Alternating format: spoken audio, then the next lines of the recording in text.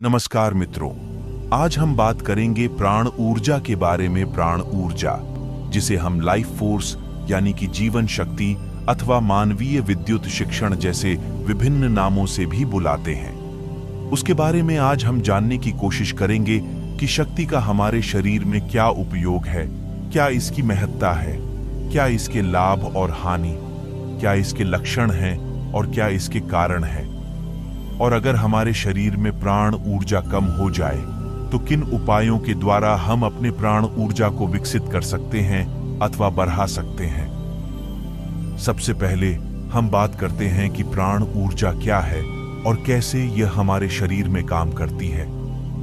आपको मालूम होगा कि प्राण ऊर्जा एक विश्वव्यापी ऊर्जा है, यानी कि ये हमारे चारों ओर सर्वव्याप्त है। जहां जो भी आपके आसपास का क्षेत्र है, जैसे जैसे ऊपर नीचे दाएं बाएं हर तरफ ऊर्जा है। इसे आप एक उदाहरण के साथ भी समझ सकते हैं। जिस प्रकार मछली जल में रहती है और उसके चारों ओर जल व्याप्त रहता है, उसी प्रकार हम भी प्राण ऊर्जा के सागर में ही रहते हैं। और जिस तरह मछली जल में रहकर जल को पीती है, वैसे ही हम भी इस प्राण ऊर्जा के सागर से प्राणों को निरंतर खींचते रहते हैं और इसी प्राण ऊर्जा के द्वारा ही हम जीवित रहते हैं। जिस प्रकार खून हमारे शरीर के अंदर हमारी नसों में चारों ओर दौड़ता रहता है, इसी प्रकार हमारी प्राण ऊर्जा भी हमारे शरीर के अंदर चारों ओर दौड़ती रहती है और हमारे शरीर को जीवन बनाए रखती है। जिस प्रकार एक कार को चलाने के लिए एक इंजन अथवा मोटर की आवश्यकता होती है, उसी प्रकार हमारे शरीर के अंदर भी हमारे साथ जो ऊर्जा चक्र है, उनको दौड़ ढाने वाला और हमारे शरीर के सभी अंगों को संचालित करने के लिए जिस ताकत की जरूरत होती है, वह ताकत है।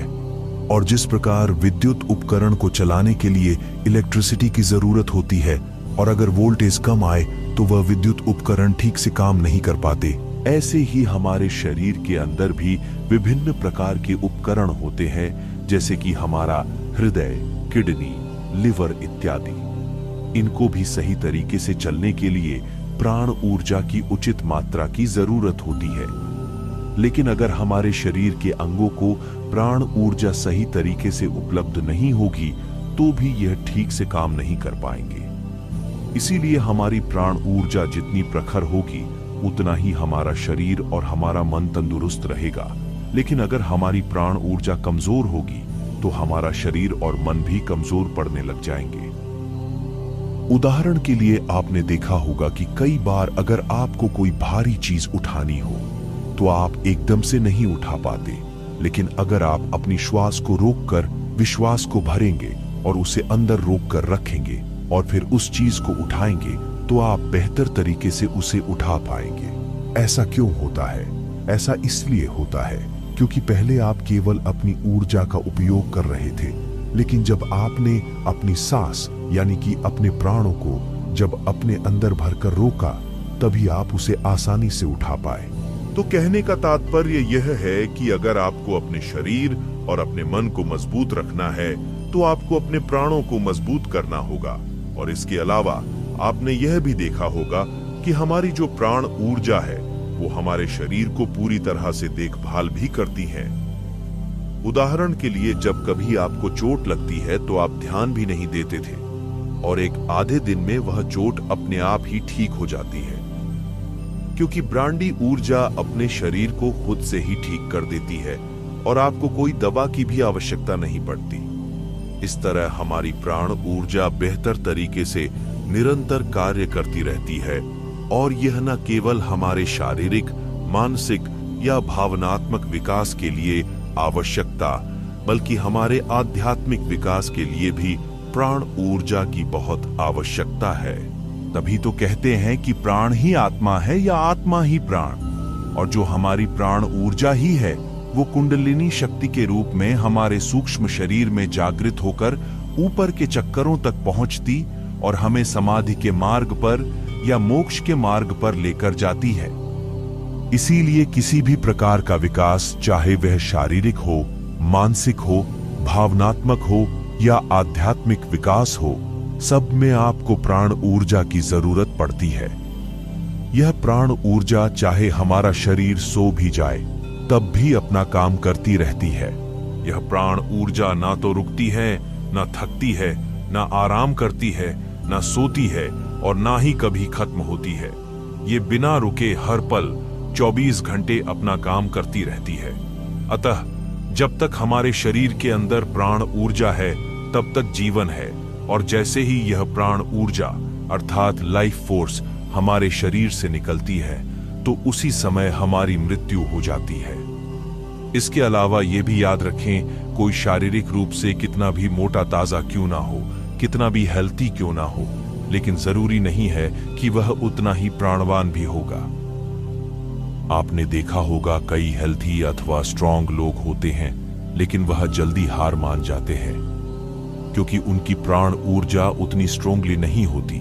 जबकि कुछ लोग बहुत शारीरिक रूप से बहुत कमजोर होते हैं, लेकिन फिर भी वह कभी हार नहीं मानते और बड़े से बड़े चुनौती को भी वह पार कर जाते। वो ऐसा इसलिए कर पाते हैं क्योंकि उनके अंदर प्राण ऊर्जा प्रचुर मात्रा में होती है। यही प्राण ऊर्जा जो प्राणों की प्रखरता है, उसे आप किसी के चमकते चेहरे के रूप में पहचान सकते हैं। जैसे किसी के चेहरे पर बहुत ज्यादा शाइन, उसकी आंखें चमक रही हैं और चेहरे पर आत्मविश्वास, तो आप समझ सकते हैं कि उसकी प्राण ऊर्जा प्रबल, या फिर किसी किसी की वाणी बहुत प्रबल होती है, उनका उच्चारण अत्यंत जोशीला होता है, तो इसका मतलब उनकी प्राण ऊर्जा प्रखर है। इसके अलावा आपने देखा होगा कि जब कोई व्यक्ति डॉक्टर के पास जाता है और वह बोलता है कि मुझे बहुत ज्यादा उदासी डिप्रेशन है, तो डॉक्टर उसको सलाह देते हैं कि आप कुछ दिन पहाड़ों पर चले जाएं, प्रकृति में चले जाएं या कहीं शांत स्थान पर चले जाएं और 10 या 12 दिन वहीं पर समय बिताएं, क्योंकि ऐसी प्राकृतिक जगहों पर प्राण ऊर्जा बहुत बड़ूद ही मात्रा में होती है, जिससे कि उनके वहां रहने मात्र से ही उनकी हीलिंग होनी शुरू हो जाती है। अब तक हमने समझा कि प्राण ऊर्जा क्या है और उसका महत्व क्या है। अब हम समझने की कोशिश करते हैं कि ऐसे कौन से लक्षण जिनको देखकर हम समझ पाएं कि हमारे अंदर प्राण ऊर्जा पर्याप्त मात्रा में है या नहीं, ये सही तरीके से काम कर रही है या नहीं, और साथ में उनके लाभ भी जानने की कोशिश करेंगे। पहली बात, अगर आपकी प्राण ऊर्जा आपके शरीर में प्रबल और अच्छी मात्रा में सही तरह से काम कर रही है तो आपको कुछ लक्षण होंगे। पहला लक्षण ये है कि आपको कई बार सपने में हवा में उठने का एहसास होगा। आपको ऐसा सपना आएगा कि जैसे कि आप हवा में उठ रहे हैं। ये इंगित करता है कि आपकी प्राण ऊर्जा प्रखर हो रही है। इसके अलावा कई बार आप ध्यान में बैठे होंगे और ध्यान में बैठने के दौरान आपको अचानक कैसे महसूस होगा कि जैसे कि आपका शरीर जमीन से ऊपर उठ चुका है और आप हवा में आ गए हैं। इसलिए ये सभी संकेत बताते हैं कि आपकी प्राण ऊर्जा प्रभा। और भी कुछ लक्षण, जैसे मान लीजिए कि आप कहीं बैठे हैं और बहुत मधुर संगीत बज रहा है, तभी आपके पैर थिरकने लगे तो इसका मतलब आपकी प्राण ऊर्जा अच्छी है। कई बार अचानक से सुहाना मौसम बन जाए, बारिश आने लगे, या कभी आप किसी सुंदर प्राकृतिक स्थान में चले जाए और आपका जी मचलने लगे और आपका दिल अंदर से नाचने लगे, तो इसका मतलब आपका प्राण आंदोलित हो रहा है, जो कि अच्छा लक्षण है। इसी प्रकार कोई प्रेमी अपनी प्रेमिका को देखकर या प्रेमिका अपने प्रेमी को देखकर अगर उसके दिल में हिलोरें उठने लगे तो यह भी आपके प्राण क्षीर में उन्नति के संकेत हैं, क्योंकि अगर आप मृत होंगे और आपके अंदर कोई भावना उत्पन्न ही ना हो, चाहे सुंदर संगीत बजता रहे, मौसम कैसे भी करवटें बदलते रहे, इससे आपको कोई फर्क ही ना पड़े, तो इसका मतलब आप इंटरनली डेड हो चुके हैं। आपकी प्राण ऊर्जा डेड हो चुकी है, जिससे कि आपको कोई फर्क ही नहीं पड़ रहा है। इसके अलावा अगर आपकी प्राण ऊर्जा प्रखर होगी तो आप देर तक सो नहीं पाएंगे। आप ब्रह्म मुहूर्त में सहज ही उठ जाएंगे। अगर आप सुबह जल्दी उठ जाते हैं बिना किसी आलस के, तो आपकी प्राण ऊर्जा ठीक काम कर रही है। लेकिन अगर आप बिस्तर पर 8-10 बजे तक पड़ी डीजे रहते हैं, तो इसका मतलब आपकी प्राण ऊर्जा कम हो रही है। और अगर आपकी प्राण ऊर्जा विकसित होगी तो उसके परिणाम स्वरूप आपके अंदर तेजस्विता आएगी, आपके अंदर उत्साह आएगा, आपका निरंतर कुछ कार्य करने को दिल करता रहेगा और आपके अंदर आत्मविश्वास भरपूर रहेगा। इसके अलावा आप आशावादी होंगे और आपके अंदर बहुत से जो सकारात्मक गुण होते हैं ये सब आपके अंदर मौजूद रहेंगे। इसके अलावा आपका चेहरा खिला खिला सा रहेगा। इस स्थिति में ही आप अध्यात्म में भी तेजी से प्रगति करेंगे। लेकिन यदि आपकी प्राण ऊर्जा में गिरावट होगी तो आपके अंदर हमेशा थकावट रहेगी और तनाव चिंता बनी रहेगी। आपको नींद ठीक से नहीं आएगी, आपका मन चंचल बना रहेगा, आपके अंदर उदासी रहेंगी और आपका चेहरा मुरझाया रहेगा।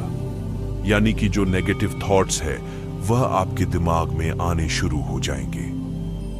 प्राण ऊर्जा एक साधारण व्यक्ति के मुकाबले एक साधक के अंदर ज्यादा रहती है, क्योंकि वह ध्यान ध्यान योग की ऐसी क्रियाएं करता रहता है जिससे उसके अंदर प्राण ऊर्जा विकसित होने लग जाती है। इसके अलावा जब आपके अंदर प्राण ऊर्जा बढ़ती है तो आप में सम्मोहन शक्ति बढ़ जाती है। तत्पश्चात आप में आकर्षण बढ़ जाता है, जिससे लोग आपके पास आने के लिए आतुर हो उठते हैं।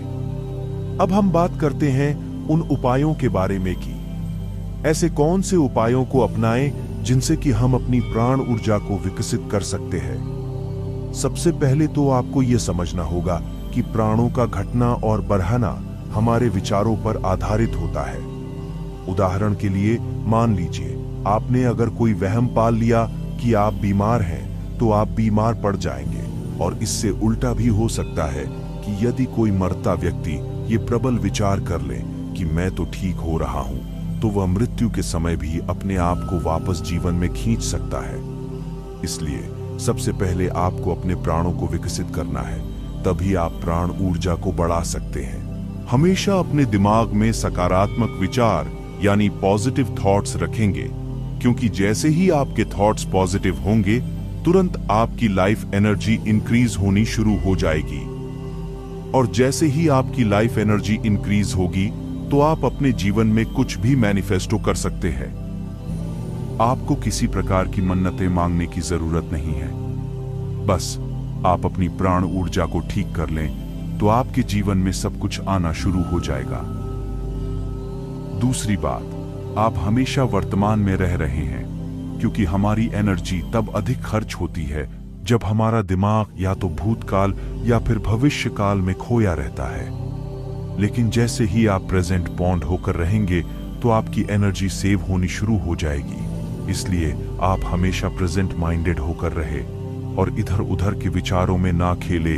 इसके बाद प्राणायाम का अभ्यास करें। प्राणायाम जिसके नाम में ही प्राण शब्द छिपा हुआ है, तो जब भी आप प्राणायाम का अभ्यास करेंगे तो आपके अंदर प्राणों की मात्रा बढ़नी शुरू हो जाएगी। इसीलिए जब आप इस प्रकार के प्राणायाम जैसे कि भस्त्रिका, कपालभाति, भ्रामरी प्राणायाम का अभ्यास करेंगे तो इनके अभ्यास से आपके अंदर प्राणों की मात्रा बढ़नी शुरू हो जाएगी।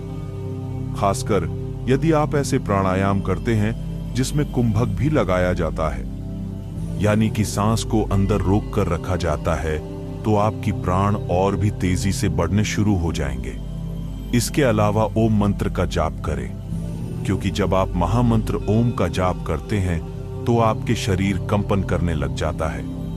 उसकी वाइब्रेशन इतनी स्ट्रॉन्ग होती है कि आपके ब्रेन में प्रत्येक तंतु खुल जाते हैं और पूरे शरीर के अंदर भी खुल जाते हैं। तो ओम का जाप अवश्य करें। इसके अलावा विभिन्न प्रकार की जो वैकल्पिक चिकित्सा पद्धतियां हैं, जैसे कि रेकी, एक्यूप्रेशर आदि, इनको भी टाइम टाइम पर उपयोग करें। इससे आपकी बॉडी की हीलिंग होगी और आपकी लाइफ फोर्स बढ़नी शुरू हो जाएगी।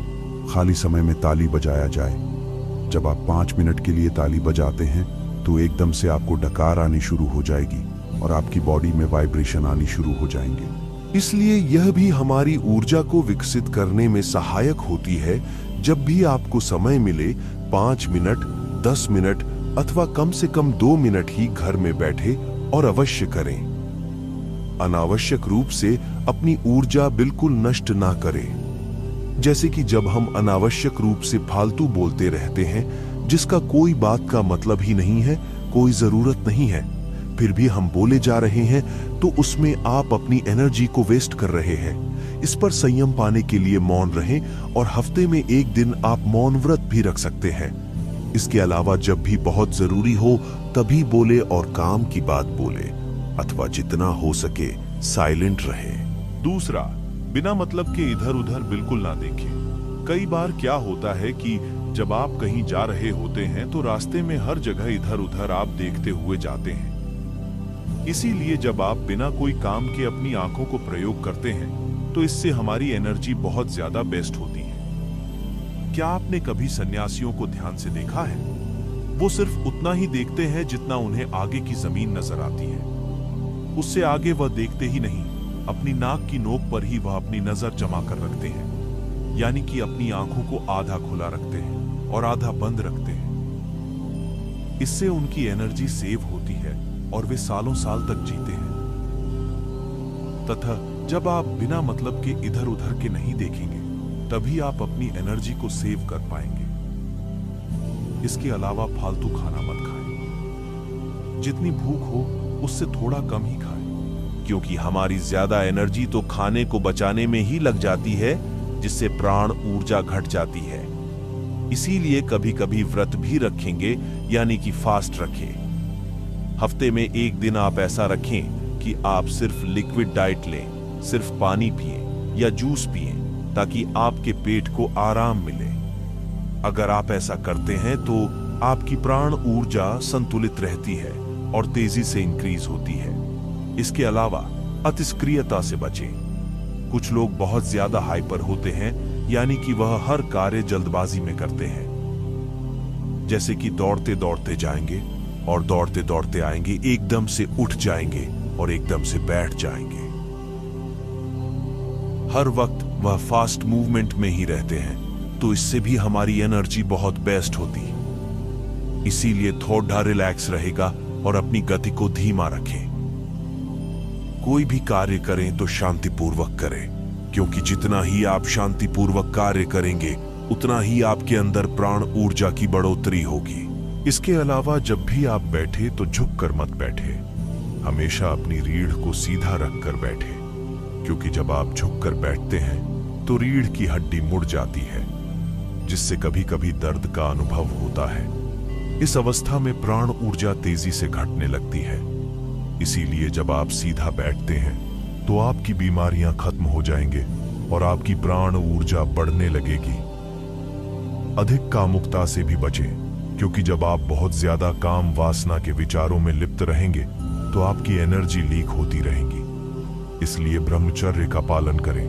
आप खुद को जितना हो सके उतना काम वासना को कंट्रोल करके रखें। इसके अलावा उथली सांस कभी मत ले।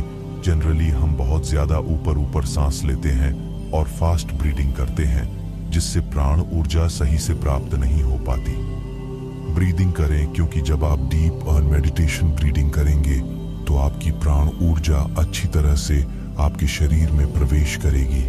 हमेशा पॉजिटिव लोगों के साथ रहे और नेगेटिव माइंड लोगों से दूरी बनाकर रखें। हर दिन प्रातःकाल देव स्थानों पर जाए, क्योंकि वहां पर प्राण ऊर्जा और सकारात्मक ऊर्जा बहुत बड़ी मात्रा में होती है। इसीलिए वहां पर जाकर कुछ टाइम बैठे और सूर्य स्नान करें। इसके बाद व्यायाम करें, कुछ गेम्स खेलें, सर्विंग करें और नशा बिल्कुल ना करें। जब आप किसी भी प्रकार का नशा करते हैं तो आपकी लाइफ फोर्स डीप होने लगती है, तो उन चीजों से बचें। और सबसे अंतिम बात कि आप अपने अस्तित्व से जुड़े। अस्तित्व से जुड़ने का मतलब यह है कि जैसे अगर आप बंद बल्ब को विद्युत से जोड़ते हैं तो बल्ब एकदम से जग पड़ता है। ऐसे ही यदि आप अपने आप को अपने अस्तित्व से जोड़ेंगे तो आपके